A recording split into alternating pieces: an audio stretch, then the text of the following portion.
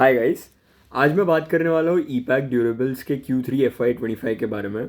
अगर हम sales growth देखेंगे तो सेल्स ग्रोथ उनका हुआ है अराउंड 35% का। उनका जो पैट है वो गिर गया है 50% से। एंड उनका जो इबिड्डा है, EBITDA has also taken hit of around 1.5%। ठीक है, तो अगर हम देखेंगे ये सब क्यों हुआ है, let's analyse that in this video. अगर मैं इबिड्डा की बात करूंगा तो इबिड्डा इनका ये क्यों इतना ज़्यादा कम हुआ है, ये इनका हुआ है अभी इन्होंने जो रिसेंटली प्लांट डाला है श्री सिटी में, उसकी वजह से। अब जो श्री सिटी वाला प्लांट है इनका आंध्र प्रदेश में, उसका अब तक कैपेसिटी यूटिलाइजेशन, इनका प्लान था कि अभी ये लोग दिसंबर एंड तक 30% तक लेके चले जाएंगे, बट उनका कैपेसिटी यूटिलाइजेशन अभी भी सिर्फ 15 to 20% के अराउंड है। एंड उन्होंने कहा है ये ईयर एंड यानी कि 2025 के कैलेंडर ईयर एंड तक वो लोग ये कैपेसिटी यूटिलाइजेशन को अराउंड 55% तक लेके जाना चाहते हैं, जो कि उनका कैपेसिटी यूटिलाइजेशन देहरादून और भिवाड़ी वाले प्लांट्स का है। उतना तक लेके जाना है इनको। देहरादून और भिवाड़ी वाले प्लांट का कैपेसिटी यूटिलाइजेशन अभी भी 50 to 55% है, बट श्री सिटी वाला प्लांट जो उनका नया प्लांट है, इसकी अंडर कैपेसिटी यूटिलाइजेशन की वजह से ही इनके जो EBITDA मार्जिन्स है वो हिट हुए हैं काफ़ी ज़्यादा।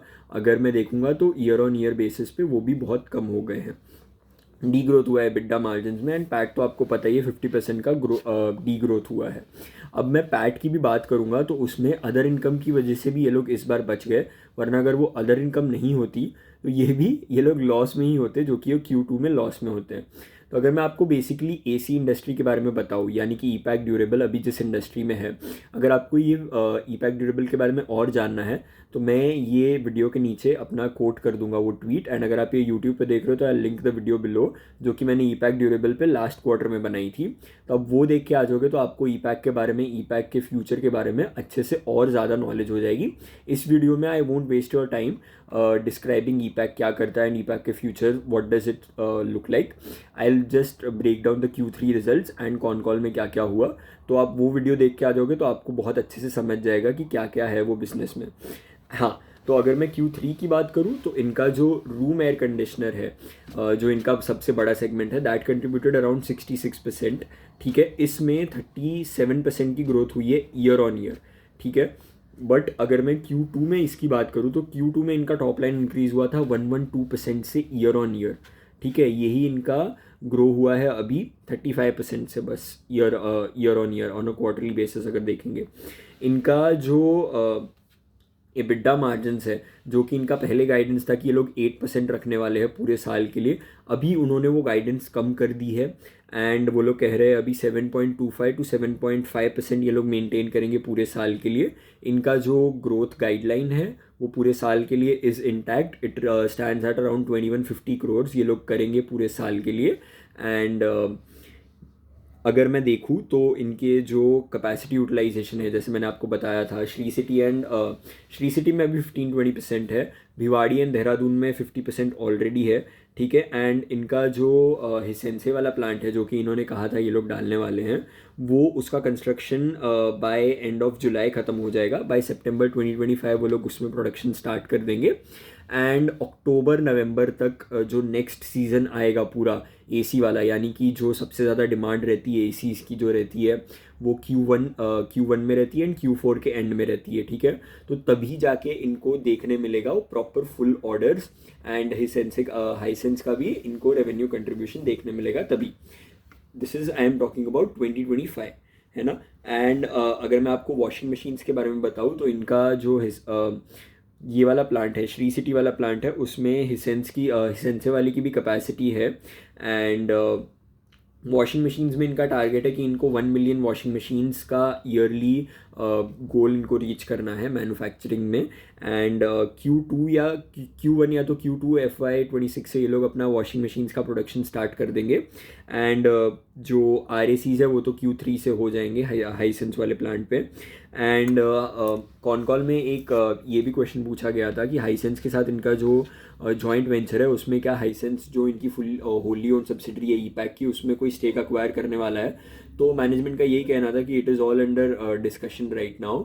अभी कुछ रेगुलेटरी अप्रूवल्स लगेंगे, कुछ बहुत सारी चीज़ें लगती हैं ये सब फाइनलाइज करने में। एंड जो हाइसेंस वाली टीम है they are waiting for the construction to get completed and then I guess they are going to acquire around 26% in this wholly owned subsidiary, ऐसा मैनेजमेंट का कहना है।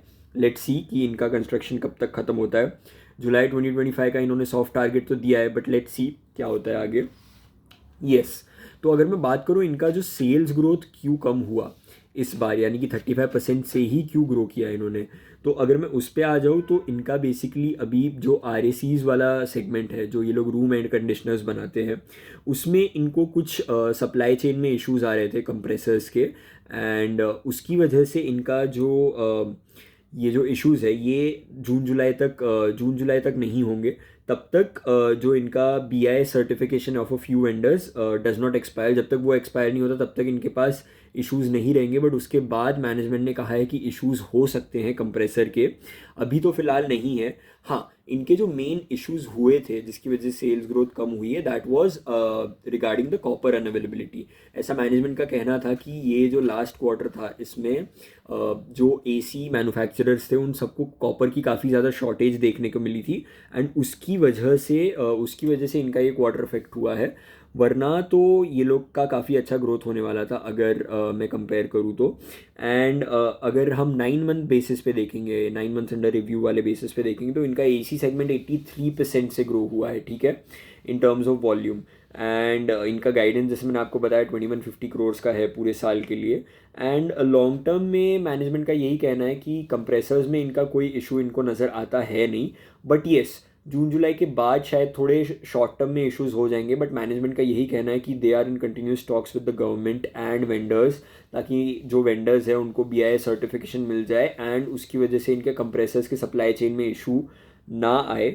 अगर मैं नए प्रोडक्ट्स की बात करूँ तो इनके कूलर्स एंड एयर फ्रायर्स ये लोग कह रहे हैं कि ये लोग नए प्रोडक्ट्स लेके आने वाले हैं, उसमें मार्च से स्टार्ट कर देंगे एयर फ्रायर्स, इन्होंने ऐसा कहा है। एंड कूलर्स का भी इनको कहना है कि इनकी कैपेसिटी जो है, ये लोग 60-70 थाउजेंड पर मंथ की कैपेसिटी पे कूलर्स भी स्टार्ट करने वाले हैं। एंड अगर मैं देखूँ तो वॉशिंग मशीन का अप्रूवल जो है इनको बाय एंड ऑफ Q3 मिल जाना चाहिए, Q1 या Q2 से इनका प्रोडक्शन स्टार्ट हो जाएगा। तो अगर मैं इनके ओवरऑल बिजनेस के बारे में बात करूँ, अगर मैं Q3 की बात करूँ तो Q3 में एक और इम्पॉर्टेंट इवेंट हुआ था, जो कि इन्होंने Q2 में गाइडेंस दिया था कि ये लोग अपना रेवेन्यू ग्रो करेंगे बाय 40-50% एवरी ईयर एंड 8% इनका EBITDA मार्जिन रहेगा फॉर द नेक्स्ट 2-3 ईयर्स, इन्होंने क्लियरली कहा था अपने कॉन कॉल में। बट देन अभी उन्होंने ये गाइडेंस पूरा रोल बैक कर दिया, उन्होंने कहा हमने कुछ भी गाइडेंस नहीं दिया है। तो ये थोड़ा नेगेटिव कह सकते हैं कि अगर ये वैसा है, बट देन अगेन बिजनेस है, रोज़ कुछ ना कुछ होगा ही। एंड ये तो ऐसा बिजनेस है जो कि सीजनल है, यानी कि इसमें Q1 एंड Q4, जो Q4 एंड Q1 रहता है उसमें सबसे ज़्यादा डिमांड रहता है, बिकॉज ऑब्वियसली Q2 यानी कि अप्रैल मई जून वाला जो क्वार्टर है Q1, उसमें सबसे ज़्यादा गर्मी रहती है एंड उसमें सबसे ज़्यादा डिमांड भी होगी। Q2 में जुलाई अगस्त सितंबर में तो ऑब्वियसली मानसून आ जाता है ऑल ओवर द कंट्री, तो उसमें डिमांड रहेगी नहीं।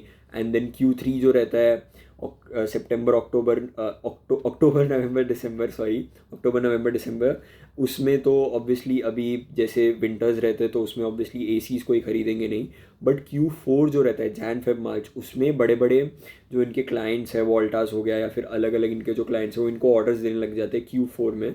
तो इनका जो स्ट्रॉन्गेस्ट क्वार्टर रहता है वो Q1 रहता है हमेशा, Q2 इनका हमेशा वीकेस्ट क्वार्टर रहता है, बिकॉज ऑब्वियसली मानसून रहता है। एंड फिर इनके जो कैपेसिटीज़ रहते हैं, ये कैपेसिटीज़ ऑब्वियसली रनिंग रहते हैं, ये लोग उसके खर्चे अवॉइड नहीं कर सकते, तो उसकी वजह से ये लोग हमेशा Q2 में लॉसेस ही करते हैं अगर आप हिस्टोरिकली देखोगे तो। बट अभी मैनेजमेंट का यही कहना है एंड मुझे भी यही लग रहा है कि इनको ये जो बाकी के क्वार्टर्स जो है ये लोग लॉस मेकिंग में रहते हैं, या फिर Q2 एंड Q3 में भी अब ये लोग ऑलमोस्ट लॉस में चले गए थे अगर इनको अदर इनकम नहीं बचाती इनकी। तो Q2 एंड Q3 में जो इनको लॉसेस दिखते हैं इनको ये बचाने हैं। तो ये कैसे बचा सकते हैं, ये लोग बेसिकली अभी स्मॉल होममेड अप्लायंसेज में घुसने की बहुत ज़्यादा कोशिश कर रहे हैं। अभी इन्होंने जैसे कहा कि 66% रेवेन्यू कंट्रीब्यूशन आया था, लास्ट ईयर 65% था अराउंड यही सेम क्वार्टर में। एंड अगर मैं Q2 की बात करूँ तो this contribution came to around like 70-75%। तो इनको ये कंट्रीब्यूशन बेसिकली 60-65% तक मेंटेन करना है। एंड बाकी के जो हाई मार्जिन प्रोडक्ट्स हैं, यानी कि जो स्मॉल होममेड अप्लायंसेज रहते हैं, उसमें इनको अच्छे से ग्रो करना है, बिकॉज वहाँ से ही इनको मार्जिन मिलेंगे बिजनेस के। टॉप लाइन अगर इनको ग्रो करना है तो ये लोग AC से कर सकते हैं, बट अगर इनको बॉटम लाइन करना है, मार्जिन अफेक्ट करने हैं, तो they have to do that from the small homemade appliances. तो अभी अगर मैं देखूं, अगर आप आगे फ्यूचर की बात करोगे तो इनका जो हाइसेंस वाला पार्टनरशिप है दैट रिमेन्स लाइक, इन्होंने कहा है कि ये लोग $1 बिलियन जनरेट करेंगे over the next 5 years. So let's see ये लोग कितना अचीव कर पाते हैं. Q3 में मेरे पास बिज़नेस के रिलेटेड तो मेरे पास बस इतना ही है. अगर आपको ये वीडियो थोड़ा ज़्यादा एडवांस लगा होगा तो आई एम सॉरी, बट अब मैं हर वीडियो में आपको बिज़नेस मॉडल नहीं एक्सप्लेन कर सकता. इसीलिए ही मैंने आपको ये लिंक वीडियो के नीचे ही लिंक कर दूंगा. मैं ये वाला वीडियो ईपैक ड्यूरेबल पे जो मैंने पहले वीडियो बनाया था उसमें मैंने पूरा इन डिटेल कवर किया था ये सेगमेंट. तो आप वो जाके वीडियो देखोगे तो आपको और अच्छे से समझेगा. एंड अगर आप ये वीडियो यूट्यूब पे देख रहे हो तो don't forget to like it and subscribe कीजिए मेरे चैनल को. एंड अगर आप ये ट्विटर पे देख रहे हो तो then don't forget to like and repost it so that it reaches out to more people.